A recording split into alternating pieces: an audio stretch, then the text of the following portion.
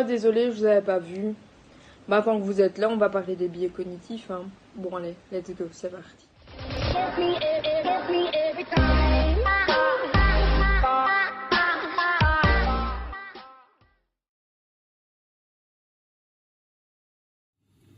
The Spotlight Effect décrit le fait que l'on pense souvent être plus remarqué ou observé que ce que l'on est vraiment. Chaque personne étant au centre de son propre monde, ont tendance à penser que l'on est également au centre du monde des gens qui nous entourent.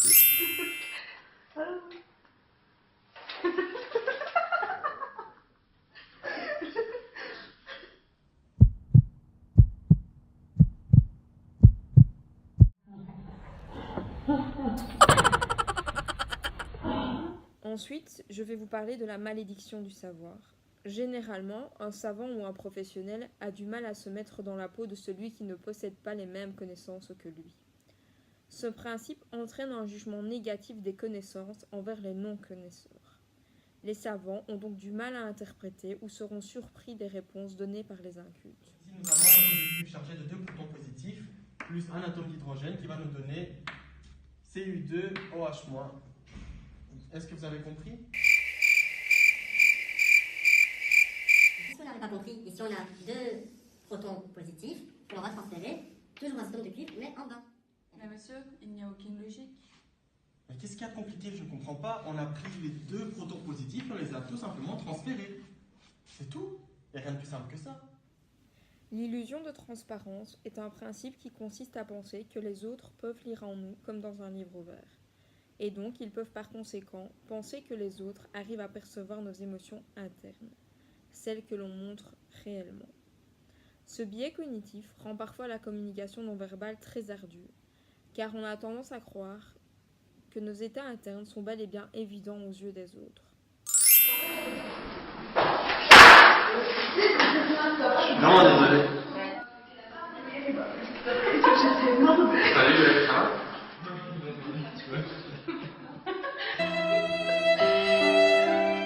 Le biais de l'illusion de la connaissance asymétrique.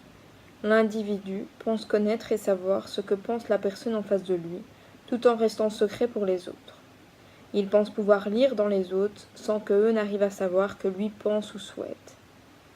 En pensant cela, l'individu a la certitude que les autres sont plus fragiles, qu'ils sont insignifiants face à lui.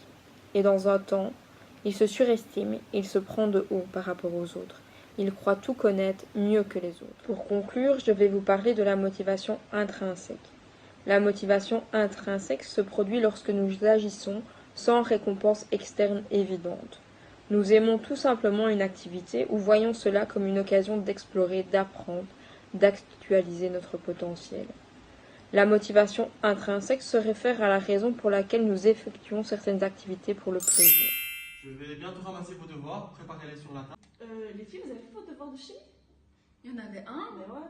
Je l'ai pas fait. Moi non plus. Tu l'as fait? Ouais, tenez, recopiez vite avant qu'il Merci. Merci. Vos devoirs, demoiselle? 2 minutes, monsieur. J'ai juste écrit mon nom.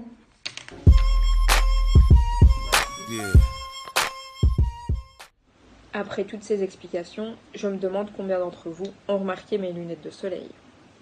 Bon allez les amis, c'est pas tout ça, mais j'ai une pizza à finir et une boisson. J'espère qu'on se voit bientôt pour la fête. Drop it like it's hot, get the work in that back. Girl, shake that thing, yeah, work that thing. Let me see it go up and down.